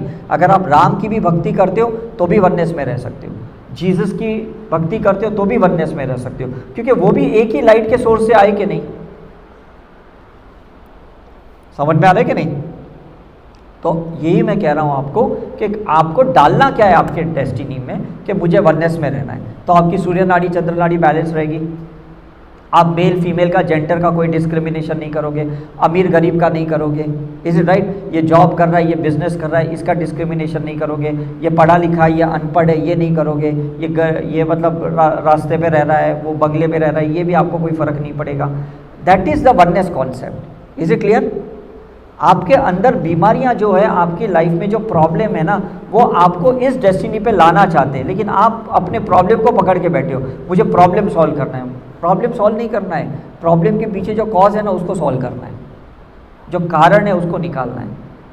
और कारण या तो आप मेडिटेशन करो जैसे बुद्धा महावीर ने किया, सेल्फ रियलाइजेशन, जाति स्मरण किया, या तो ऑरा कराओ, या तो पास्ट लाइफ रिग्रेशन कराओ, ऐसे कोई हायर प्रोसीजर करो जिससे आपको पता चले कि भाई मेरा कारण क्या है इसके पीछे। भगवान को कोई आपको तकलीफ देके कोई कुछ मिलने थोड़ी वाला है, समझ में आ रहा है कि नहीं? लेकिन कारण जानना पड़ेगा। इसलिए पूरे भगवत गीता में कृष्ण भगवान ने हर मोमेंट में ना कारण बताने के लिए पिछले जन्म में लेके गए कि पिछले उस जन्म में तुम्हारा ऐसा था, पिछले वो जन्म में तुम्हारा ऐसा था, इसलिए ये जन्म में तुम्हारा ऐसा है। मतलब पास्ट लाइफ रिग्रेशन होती है, मतलब पास्ट लाइफ होती है लोगों की। Is it right? आज कितनी चीज़ें हम इजीली कर लेते कि नहीं, और कितनी चीज़ें हम कर ही नहीं पाते। क्यों इजीली कर पाते? क्योंकि पास्ट लाइफ में किया होगा तभी हम इजीली कर पाते। और इस जन्म में कुछ चीज़ें बहुत डिफिकल्ट हो रही है क्योंकि पास्ट लाइफ में कभी नहीं किया था, हम इस लाइफ में पहली बार कर रहे हैं, तो संघर्ष तो होगा कि नहीं? डिफिकल्ट होगा कि नहीं, मुझे बताओ। Is it right? तो यहाँ पे स्पिरिचुअल प्रैक्टिस की ज़रूरत है, जहाँ पे आप संघर्ष कर रहे हो, स्ट्रगल कर रहे हो, पैसे कमाने के लिए स्ट्रगल कर रहे हो, रिलेशनशिप कमाने में स्ट्रगल कर रहे हो, हेल्थ कमाने में स्ट्रगल कर रहे हो, वहाँ पे आपको स्पिरिचुअल प्रैक्टिस की ज़रूरत है, जहाँ पे आप बहुत कमज़ोर हो। Now concept is clear? वहाँ पे आपको चैनल होना है, आपको मैसेज लेने हैं आपके गुरु से, मास्टर से, हायर सेल्फ से कि भाई अब मेरे लिए क्या आदेश है। नहीं तो आप टैरो रीडर के पास जाओगे, क्रिस्टल बॉल गेजिंग वाले के पास जाओगे, डाउजर के पास जाओगे, एस्ट्रोलॉजर के पास जाओगे, न्यूमरोलॉजिस्ट के पास, एक्सटर्नल सोर्स के पास जाओगे अगर आपका इंटरनल कनेक्शन नहीं है तो। और एक्सटर्नल सोर्स तो डिपेंड्स है, उनकी एनर्जी कैसी है उस पर डिपेंड होता है। Is it right? तो क्यों डिपेंड रहना है आपको बाहर के सोर्स से? आपको थोड़ा टाइम लगेगा, 1 साल लगेंगे, 2 साल लगेंगे, 3 साल लगेंगे, लेकिन एक टाइम आएगा ना आप अपने आप से ट्यून हो जाओगे, आपके साथ खुद के साथ अलाइनमेंट आ जाएगा, and that will be the best day of the life. Is it clear? मैं अपने साथ अलाइन हूँ ना, मुझे कोई ब्लड इन्वेस्टिगेशन करने की ज़रूरत नहीं पड़ती, मुझे समझ में आता है मेरा B12 कम हुआ है, मुझे अभी थोड़े वेजिटेबल जूस ज़्यादा पीने, मुझे समझ में आता है थोड़े कैल्शियम कम हो गया, मुझे थोड़ा चिक्कू पालक ज़्यादा खाना है। This is self realisation process. मतलब मैं अपनी बॉडी केमिस्ट्री को भी ना विदाउट इन्वेस्टिगेशन समझ सकता हूँ। Is it right? आपको हर बार बाहर जाके चेक कराने की ज़रूरत नहीं है, मेरा क्या प्रॉब्लम है, मेरा क्या प्रॉब्लम है, मेरा क्यों प्रॉब्लम है, ये कराने की ज़रूरत नहीं है। भगवान ने आपको सब कुछ दिया गया है, लेकिन आपका सिर्फ कनेक्शन ही नहीं रहे। Is it right?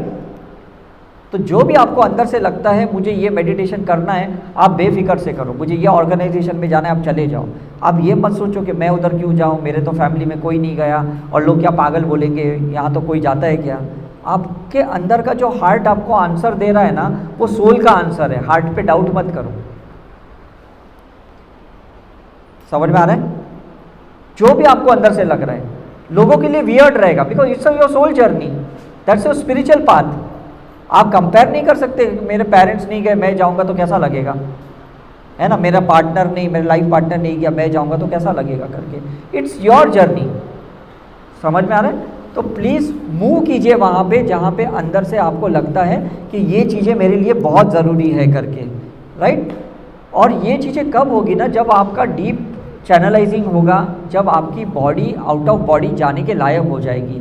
मतलब काफ़ी बार मैं ऐसे ट्राई करता हूँ कि मेरी आउट ऑफ बॉडी एक्सपीरियंस हो और वहाँ से मुझे कुछ एस्ट्रली मैं मैसेज लाऊँ, कोई पॉजिटिव एनर्जी लाऊँ और वापस मैं अपने अंदर आ जाऊँ करके। तो मैं काफ़ी बार हिमालय पे वसुंधरा फॉल्स है, उसके नीचे एक सरस्वती गुफा है जहाँ मैंने लाइफ बिटवीन लाइफ अपने आप को देखा था कि 83 इयर्स मैं वहाँ रहा था ये जन्म लेने से पहले। तो मैं वहीं पे ब्रह्म मुहूर्त में सुबह जाता हूँ, वहाँ पे सेल्फ चार्ज होके मैं वापस आता हूँ, क्योंकि पूरे दिन में मेरी ट्रैवलिंग होती है, इवेंट्स होते हैं, मुझे कुछ मेडिटेशन योगा करने को टाइम ही नहीं मिलता है, पूरा टाइम मेरा इसी में चले जाता है करके। लेकिन वो ब्रह्म मुहूर्त है ना जहाँ मुझे कोई डिस्टर्ब नहीं करता है, मैं आउट ऑफ बॉडी चले जाता हूँ मेडिटेशन से, वहाँ 1-2 घंटे रहता हूँ, 6 साढ़े 6 बजे मैं वापस आ जाता हूँ करके। तो काफ़ी लोग जो मेरे बगल में सोते हैं ना, वो सेंस कर पाते कि ये इसकी सिर्फ बॉडी है, ये बिल्कुल हिल नहीं रहा है, ये रिस्पॉन्स नहीं कर रहा है। बिकॉज उस टाइम पे आपकी चेतना कहीं जाती है, चार्ज होके आती है। जैसे आप कैसे मोबाइल को कहीं चार्जिंग में डालते हो, अब रख देते हो थोड़ी देर के, नहीं पूरी चार्ज हो जाए फिर मैं इसको यूज़ करूँ। तो आपकी भी सेल्फ चार्जिंग बहुत ज़रूरी है। स्पेसिफिक टेक्निक नहीं है, ये ब्रेथ एनकोडिंग ही टेक्निक है। मैं आपको बड़ी बड़ी टेक्निक्स नहीं बताऊंगा, फिर आप सोचोगे ये मेरे से नहीं होगा। सिंपल टेक्निक है, बॉडी कॉन्शियस छोड़ दो। जो लोग बॉडी कॉन्शियस में ना, वो एस्ट्रल ट्रैवल नहीं कर सकते। जो उसको लगता है कोई मेरे को टच कर देगा तो, कोई मेरे को धक्का मार देगा तो, ये ऐसे बॉडी कॉन्शियसली हम जो सोचते हैं ना, मैं थोड़ा मोटा हूँ, मेरा वजन ज़्यादा है, तो ये बॉडी कॉन्शियसनेस हुआ। अपनी बॉडी को लव करो, प्यार करो, उसको रिस्पेक्ट करो, लेकिन उसे अटैच मत रहो, तो फिर नहीं तो ये नहीं होगा आपका। समझ में कि नहीं? फिट रहो, लेकिन ऐसा नहीं है कि भाई पूरा टाइम बस बॉडी के लिए डंबल्स लेके उठाओ, ये करो, मस्कुलर बनाओ, बाइसेप बनाओ, ट्राइसेप बनाओ, ये सब चीज़ें मत करो आप। Is it right? ठीक है, यस। इसी के ऊपर एक क्वेश्चन, हाँ, कि हम स्लीप स्टेट में भी अनकॉन्शियसली एस्ट्रल ट्रैवल करते ही है, काफ़ी लोग करते, लोग एक्नॉलेज नहीं करते। एग्जिट काफ़ी लोगों ने किया है, मैं कहता हूँ ना, मैं बचपन में भी हमने किया है, लेकिन हमें क्या सोचता था, हम घर पे बोलते बता रहे तू पागल है, बोलते नहीं मुझे परी मिली, ये मिली, एंजल्स मिले, बोलते पागल है, ऐसा कोई नहीं मिलता, सो जा। मतलब हम हनुमान जी से बात करते, शिव जी से बात करते, ऐसा काफ़ी बचपन में हमने किया है, लेकिन वो चीज़ें ना हमारे पेरेंट्स ने ख़त्म कर दी हमारे अंदर। बोले बुद्धू है, कुछ भी सोचता है, ये सब इल्यूजन है, हेलुसिनेशन है, डिल्यूजन है, कुछ हमारे वो टेक्निकल वर्ड यूज़ करके ना हमें चुप कर देते, फिर हमने भी लॉक कर दिया रहता है उसको। लेकिन अगर आप इनोसेंट हो, अगर आपका इनर चाइल्ड एक्टिव है, तो एस्ट्रल ट्रैवल बहुत ईजी हो जाएगा। Is it right? ठीक है कि नहीं? तो आप अपने बॉडी को रिस्पेक्ट करो, लव करो, वैल्यू करो, अटैच मत रहो, नहीं तो एस्ट्रल ट्रैवल नहीं कर पाओगे आप। ठीक है, यस। नहीं, लॉक मैं वही कह रहा हूँ, वो ब्रेथ से ही खुलेगा, या सिंबल से खुलेगा, साइकिक सर्जरी से खुलेगा, बहुत, या रिग्रेशन से खुलेगा। काफ़ी थेरेपीज़ है, ऐसा नहीं है, लेकिन ब्रेथ टेक्निक बहुत इजी टेक्निक है। सांसों के ऊपर ध्यान देते जाओ, ध्यान देते जाओ, ध्यान देते जाओ खुद के ऊपर, तो डेफिनेटली फिर धीरे धीरे वो लॉक खुल जाएगा। क्योंकि लॉक एंकरिंग यही है, हमारे 72 एरियाज ब्रेन में यही लॉक किया गया है। Is right? यही अनलॉक होगा, ये अनलॉक हो गया तो बस आप फ्री हो जाओगे। कुछ लोग केव्स में जाके अनलॉक करते हैं, कुछ लोग हिमालय पे पहाड़ों पे केदारनाथ जाते करते हैं, कोई लोग कैलाश पे जाते हैं, कुछ लोग वैष्णो देवी जाते हैं, और वहाँ जब अगर हाई पोटेंशियल एनर्जी पे कोई संकल्प करोगे ना, तो लॉक खुल जाता है आपका, है ना। नॉर्मली क्या है ना, हम मैनिफेस्टेशन के लिए ना नारियल चढ़ाते हैं, धागे बांधते हैं, तावीज बांधते हैं मैनिफेस्टेशन के लिए। मैं कहता हूँ उसके लिए कभी ये मत करो प्रोसीजर। लॉक खोलने के लिए ये सब मन्नतें करो, फास्टिंग करो, संकल्प करो, क्योंकि आपको स्पिरिचुअल जर्नी हेल्प करने वाली है, मैनिफेस्टेशन हेल्प नहीं करने वाला है। कोई चीज़ अचीव कर भी लोगे, ये तो टेम्पररी है ना, आपका परमानेंट थोड़ी आपका कुछ अचीवमेंट है। तो मैंने जितने भी संकल्प अपनी लाइफ में किए हैं ना, मैंने स्पिरिचुअल संकल्प किए। जब मैं 2014 में पहली बार महाअवतार बाबा जी केव्स गया ना, मैंने ये संकल्प किया कि इस जगह पे मुझे इतना मज़ा आया, 1 घंटा 20 मिनट में मेडिटेशन में हनुमान जी के साथ बैठा, मैं काफ़ी लोगों को यहाँ लेके आऊँगा। और तब से लेके कंटिन्यूस हमारी वहाँ पे रिट्रीट हो रही है। पहली बार जब गंगा तट पे ऋषिकेश में मैं बैठा, मैंने पैर गंगा माँ में डुबाए, मैंने कहा मैं काफ़ी लोग को यहाँ लेके आऊँगा। उसके बाद से 100 के ऊपर से ज़्यादा हमने रिट्रीट कर लिए, रेसिडेंशियल रिट्रीट कर लिए। तो संकल्प वो करो कि जो चीज़ें अच्छी मिल रही है सबको मिले, वो मैनिफेस्टेशन होना चाहिए जिसमें यूनिवर्स है, जिसमें ह्यूमैनिटी है, जिसमें ह्यूमन सर्विस है। Is it clear? तो जब मैंने पॉडकास्ट भी दिया था, ऑल ऑफ सडन दिया था, उज्जैन से मैं आया था, महाकाल के यहाँ से बॉम्बे आया था, और मुझे किसी ने बोला कि भाई आपको पॉडकास्ट में जाना है, तो मैंने कहा ठीक है चले जाऊँगा। मुझे पता नहीं था वो कौन थे वाले और कौन लेने वाला है, क्या पूछने वाले हैं, क्योंकि उसके एक दिन बाद वृंदावन में हमारी रिट्रीट होने वाली थी, तो मेरे पास सिर्फ 24 आवर्स का गैप था। मैंने बोला कहाँ उसको फ़ोन करके पूछूँ तुम कौन हो, क्यों मुझे बुला रहे हो। तो वहाँ जाने के बाद मुझे समझ में आ गया कि भाई इनको अभी इतनी नॉलेज नहीं है स्पिरिचुअलिटी के, लेकिन वो उसको वॉल्यूम बढ़ाना चाहते हैं, तो मुझे पास्ट लाइफ रिग्रेशन के सब्जेक्ट के बारे में पूछ लिया। अब वो ऐसा होता है ना, कोई चीज़ के आप बहुत एक्सपर्ट हो और किसने आपकी तार छेड़ ली, तो आप करोगे कि नहीं? अगर आप कुकिंग में एक्सपर्ट हो और आपको बहुत अच्छा लगता है और मैं आपको बोलूँगा अरे यार मुझे बहुत भूख लगी है, आप 2-4 डिशें बना लोगे, बिकॉज आपको अच्छा लगता है बनाने में, है ना। आप थोड़ी सोचोगे तो बाहर से आदमी है, मैं इसके लिए क्यों बनाऊँ। आपको उसके लिए एक चाहत है कि नहीं। तो मुझे भी वो लोगों ने छेड़ दिया इतने साल से, मैं भी सोया पड़ा था पास्ट लाइफ रिग्रेशन सब्जेक्ट को, ज़्यादा मैं छेड़ नहीं रहा था, लेकिन वो पॉडकास्ट ने छेड़ लिया। मैं समझ लिया महाकाल की इच्छा है, भैरव चाहते हैं कि अब ये सब्जेक्ट को मैं बाहर निकालूँ करके। Is it right? क्योंकि बहुत सी बीमारियां ना मेडिकली सॉल्व नहीं कर पाते हम, लेकिन ये रिग्रेशन से बहुत इजीली सॉल्व हो जाता है, मैंने देखा है। तो प्लीज़ आप उस पर फेथ रखिए, कुछ प्रोसीजर्स जो भी हम बोलते हैं ये करवाइए, ऐसा नहीं हमारे पास करवाइए, जहाँ पे भी आपको लगता है आप करवाइए। हमारा तो काम है आपको सिर्फ एडवाइस देना कि दवाई लिखते हैं हम लोग, कोई भी मेडिकल स्टोर से मेडिसिन लो, हमें क्या फ़र्क पड़ता है, आप कैडिला की लो, फाइज़र की लो, सिप्ला की लो, हमें क्या फ़र्क पड़ता है, दवाई खाने से मतलब होती है कि नहीं, इज इट राइट? तो ऑरा में हम आपको बोल देते हैं आपको वूम रिग्रेशन की ज़रूरत है, ऑर्गन रिग्रेशन की ज़रूरत है, पास्ट लाइफ की ज़रूरत है। जहाँ आपको लगे कोई मेरा फ्रेंड कर रहा है, कोई मेरी टीचर कर रही है, कोई मेरी रेकी मास्टर कर रही है, तो उससे करवा लो, बस आपको ठीक होना है कैसे भी करके, ठीक है कि नहीं? तो मुझे लगता है कि ये सब्जेक्ट आपको शायद समझ में आ गया है कि हमारे कितने इम्पॉर्टेंट है। एक बहुत बड़ा मिथ वेस्टर्न कॉन्सेप्ट क्या होता है ना, ट्विन फ्लेम का और सोलमेट का, ये कॉन्सेप्ट बहुत है आजकल हम देखते हैं ना, कोई पूछता है मेरा ट्विन फ्लेम कौन है, मेरा सोलमेट कौन है, और इस चक्कर में ना काफ़ी तांत्रिक साधनाएं होती हैं, लड़के लड़कियों को ढूंढते हैं, बहुत सारी चीज़ें होती है करके। लेकिन हमारे जो पुराण शास्त्रों में कहा गया है कि दोनों मतलब हमारे अंदर ही अर्धनारीश्वर की चीज़ें हैं, हम ही पुरुष हैं हम ही स्त्री हैं करके, इज इट राइट? हम बाहर से किसकी भी हेल्प लें, डजेंट मैटर, लेकिन डिपेंडेंसी नहीं होनी चाहिए, वो अटैचमेंट नहीं होना चाहिए, हम पैरासाइट नहीं होने चाहिए, समझ में कि नहीं? अब मेरी डॉटर जिस दिन बॉर्न हुई, मेरा उस दिन मतलब कुछ महीने के बाद मेरा अपना पहली बार मकान बन गया, तो मैं समझ सकता हूँ कि मेरी अंदर एक फेमिनिन एनर्जी की कमी थी, तो मेरी वाइफ आई तो कुछ मेरा प्रोफेशन बहुत स्ट्रांगली चला, मैं स्पिरिचुअलिटी में आया, मेरी बेटी बॉर्न हुई तो मेरा अपना घर हो गया। तो डेफिनेटली वो चीज़ें हैं, कोई आपके बच्चे ही आपके ट्विन फ्लेम है, कोई आपके ब्रदर सिस्टर ट्विन फ्लेम है, कोई आपके फ्रेंड्स ट्विन फ्लेम है, बट दैट डजंट मीन कि आपको उनके साथ अटैच रह के पूरी ज़िंदगी चलानी है करके, समझ में कि नहीं? It is touch and go, आपने किसकी हेल्प ले ली, उसके बाद आप अपने आप को पूर्ण करो, कंप्लीशन में रखो, उस पर पैरासाइट मत हो जाके नहीं उसके बगैर मेरा काम हो ही नहीं सकता। Is it clear? नहीं तो लोग क्या पूरी ज़िंदगी नहीं ये मेरा ट्विन फ्लेम है, वो हस्बैंड को छोड़ते, वो वाइफ को छोड़ देते, वो सोलमेट के पास चले जाते, ट्विन फ्लेम के पास चले, ऐसा नहीं है, वो एक मूवमेंट का है आपको। जैसे हमारे यहाँ पे कैसे एक नव दुर्गा माँ का एक कल्चर है करके, है ना, 51 शक्तिपीठ है करके, तो वो भी एक्चुअली हमारा एक ट्विन फ्लेम ही है कि कहीं पे जाते हैं और कोई हमारा वो पार्ट कमज़ोर है तो वहाँ शक्तिपीठ में जाते ही हमारा वो पार्ट स्ट्रांग हो जाता है, हमें वो दुर्गा माँ का कोई एक फॉर्म मिल जाता है, तो वो लक्ष्मी का, सरस्वती जिसका भी मिलता है, तो वो भी हमारे ट्विन फ्लेम है। तो हम फिजिकल ट्विन फ्लेम को ना ढूंढें, एनर्जी के ट्विन फ्लेम को ढूंढें। हम कॉन्सेप्ट समझ रहे ना यहाँ पे आप, ठीक है कि नहीं?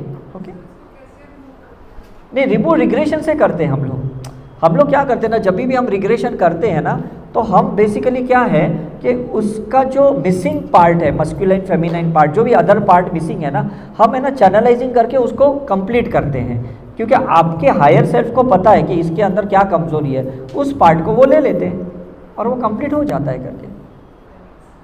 नहीं, रीज़न सिंपल है ना, मैं यही कहता हूँ कि अगर मनी का एक पुण्य होता है तो मनी का एक कर्म भी होता है, कि कोई लाइफ में हमने जिन लोगों से पैसे लिए होंगे और जो भी कर्जा हमने मतलब उनसे लिए और हमने वापस नहीं दिए, तो इस लाइफ में बस हम चुकाते ही जा रहे हैं। हमें मनी का कोई 1 रुपये का कॉइन रहता है ना, 1 रुपये का कॉइन हाथ में लेके ना आप रोज़ फॉरगिवनेस सीख करो, या मदर अर्थ के साथ बात करते हुए माफ़ी मांगो कि मैंने पैसों के कनेक्टेड या फेमिनिन एनर्जी के साथ जो भी गलतियाँ की है ना, क्योंकि money is a feminine energy, कभी किसी महिला को तकलीफ़ दी है कोई लाइफ में, कोई मदर को, कोई वाइफ को, कोई भी लाइफ में, तो वो कर्ज हमें इस लाइफ में चुकाना पड़ता है। इसको लॉजिकली हम नहीं समझ सकते, लेकिन फेमिनिन एनर्जी से जब हम माफ़ी मांगते हैं ना तो पैसा आना शुरू हो जाता है। हाँ, नहीं ये रूट चक्र का प्रॉब्लम है, money is related with your मूलाधार चक्र। आपको अपने मूलाधार रूट चक्र को बहुत हील करना पड़ेगा, फेमिनाइन मदर अर्थ से बहुत फॉरगिवनेस सीख करनी पड़ेगी, बिकॉज वो चीज़ें ही हैं जो आपके पास वापस पैसा ला सकती है करके। मैं मालदीव्स में गया था, एक रिसोर्ट के ओनर 38 रिसोर्ट का ओनर था, वो पूरा सारे उसके बंद होके सिर्फ 5 रिसोर्ट ही चल रहे थे। उन्होंने मुझे पास्ट लाइफ रिग्रेशन के लिए वहाँ बुलाया, जैसे उनका रूट चक्र खोल दिया मैंने, रिग्रेशन कर सारे रिसोर्ट धीरे धीरे धीरे 8 महीने में सब चालू हो गए उनके। आपके भाव ही हमारे को आपके पास लेके नहीं यही तो कह रहा हूँ ना, कुछ तो पुण्य किए रहेंगे तभी तो इतने अच्छे डिवाइन सोल्स के साथ बैठे हो। भले कितने भी हमारे पिछले जन्म के कर्म रहेंगे और हम भुगत रहे हैं, लेकिन कुछ तो अच्छा काम किया होगा तभी तो ऐसे जगह पे बैठे। रात को मैग्नेटिक मैग्नेटिक है, और मैग्नेटिक एनर्जी ही पैसे को आकर्षित करती है।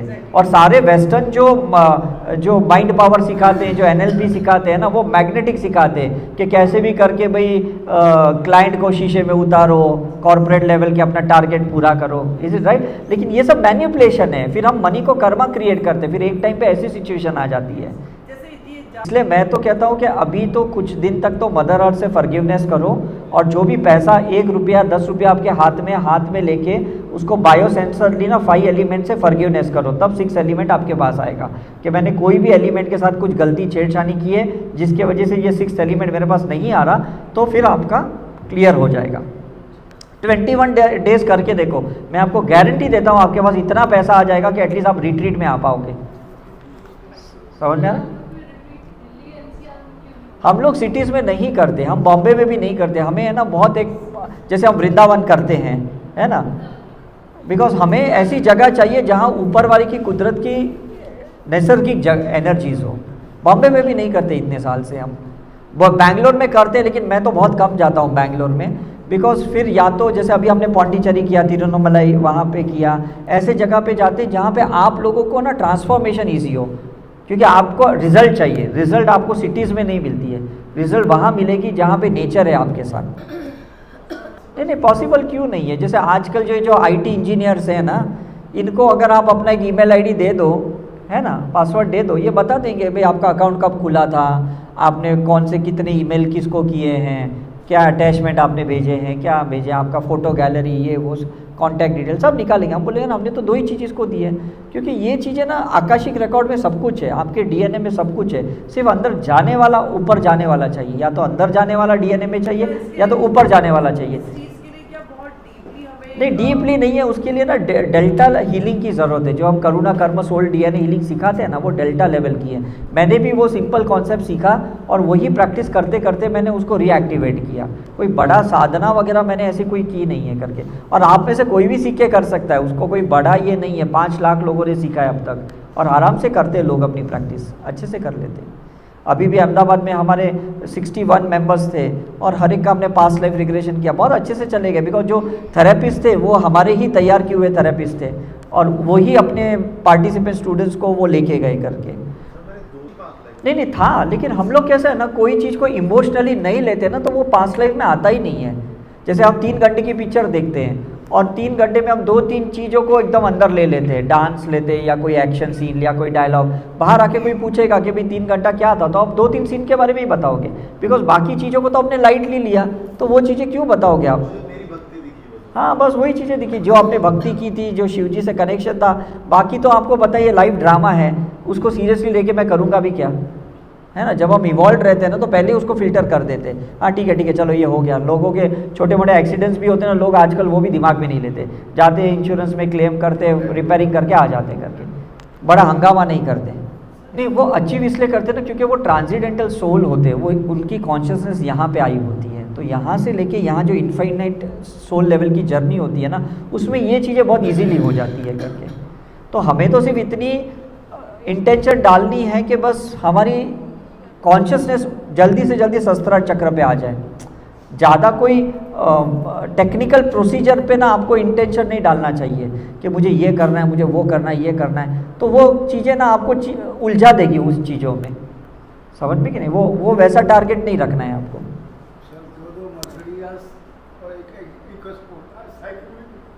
नहीं, वो तो देखो जो पोलैरिटी है, ड्यूअलिटी है लाइफ की, आपको एक्सट्रीम के एक्सपीरियंसेस देते हैं कि नहीं। अब आपके ही दिल्ली में देखो क्या टेम्परेचर कभी 55 पे पहुंचता है, और आपके ही दिल्ली में देखो किधर 5-10 पे भी पहुंच जाता है ठंड में। तो यही एक्सपीरियंस आप यहीं ले रहे हो ना, हम बम्बई वाले क्यों नहीं ले रहे, है ना। It's a matter of choice. आप जैसे चॉइस करोगे वो क्लाइमेट मिलता है, वैसा पैसा मिलता है। कभी बहुत ज़्यादा मिलता है, कभी बिल्कुल नहीं मिलता है। कभी रिश्ते बहुत अच्छे रहते हैं, कभी रिश्ते बिल्कुल नहीं, टूट फूट जाते करके। हम ही किसी से रस्में कसमें खाते हैं, हम ही उसको तोड़ के फिर बैठे रहते हैं करके। लेकिन ये बगैर एक्सपीरियंस दोनों यिन यांग का ले बगैर आप कैसे ऊपर जा सकते हो? नहीं, मैं आपको एक बहुत सिंपल प्रोसीजर बताता हूँ, बहुत सिंपल प्रोसीजर बताता हूँ। जैसे हम कहीं पे भी जाते हैं, शिरडी जाते हैं, वैष्णो देवी जाते हैं, तिरुपति जाते हैं, 10 सेकंड से ज़्यादा ना कोई हमें खड़े रहने नहीं देता है, 2 सेकंड 10 सेकंड। उसके बाद कोई ऐसी जगह पकड़ लो जहाँ पे शांति से आपको बैठने मिले, चाहे आपका होटल का रूम ही क्यों ना हो। अभी हम भी केदारनाथ जाते, पूछो इन्हें, तो केदारनाथ भी हमें धक्के मार के बाहर निकाल देते। उसके बाद हमें जो भी कमरा जहाँ पे भी मिला रहता है आश्रम का, वहाँ जाके हम चैनलाइजिंग करते, पास्ट लाइफ रिग्रेशन करते, साइकिक सर्जरी करते, हैवी प्रोसीजर वहाँ करते। बस एक दिया जला दिया और प्रोसीजर करना शुरू कर दिया। ऐसे नहीं कि मंदिर में जाके ही हम सब करें, यही हमारा गलत है करके, क्योंकि पूरी सिटी में है ना, अभी 50 से 100 किलोमीटर तक उनका ऑरा फैला हुआ रहता है। उस दायके में कुछ भी करो ना, कौन आपको रोक टोक रहा है करके, है ना। अब ये गंगा आरती करते हैं तो भी हमको तुरंत लोग धक्के मार के बाहर निकालते, गंगा स्नान करते तो भी निकाल देते। लेकिन उसके बाद अपने कमरे में जाके ना शांति से वो सारी प्रोसीजर करो जो आपको करनी है ना, कोई डिस्टर्ब नहीं करेगा आपको। से पर्दा हटाओ कि क्या मेरा ऐसे ठीक होगा, नहीं हो जाएगा, साइकिक सही से ठीक हो जाएगा। नहीं नहीं कुछ ऑपरेट नहीं करना है। मैं यही कह रहा हूँ कि हमें अगर ये दिमाग में समझ लिया कि दुनिया का कोई भी इलाज गॉड कर सकता है, स्पिरिचुअल थेरेपी कर सकती है, बस हमें सिर्फ उस टेक्निकल थेरेपी को सीख के करना है। नहीं, डॉक्टर कहते हैं कि नहीं ये तो आप बात करिए उनसे, सर्जरी वाले। नहीं, डॉक्टर अपनी जगह सही है। देखो हर आदमी, मैंने कहा ना, कोई गलत नहीं है, अलग है। हर एक की अपनी थ्योरी होती है और वो अपनी थ्योरी के हिसाब से वो सही है, वो आपको सही गाइडेंस दे रहे, कोई भटका नहीं रहे, कोई झूठ नहीं बोल रहे। लेकिन वो अपनी लिमिटेशन ही नहीं समझ रहे। मैंने भी 3 साल मेडिकल प्रैक्टिस करी, मुझे लिमिटेशन पता चली और मैं अनकंफर्टेबल हो गया कि इन अर्ध सत्य से मैं पूरी ज़िंदगी कैसे चलाऊं और लोगों को भी कैसे मैं मतलब भ्रम में रखूं, क्या इसे होगा या इसे बिल्कुल नहीं होगा। तो लोग कैसा है ना, भगवान मतलब डॉक्टर को भगवान मानते हैं। For example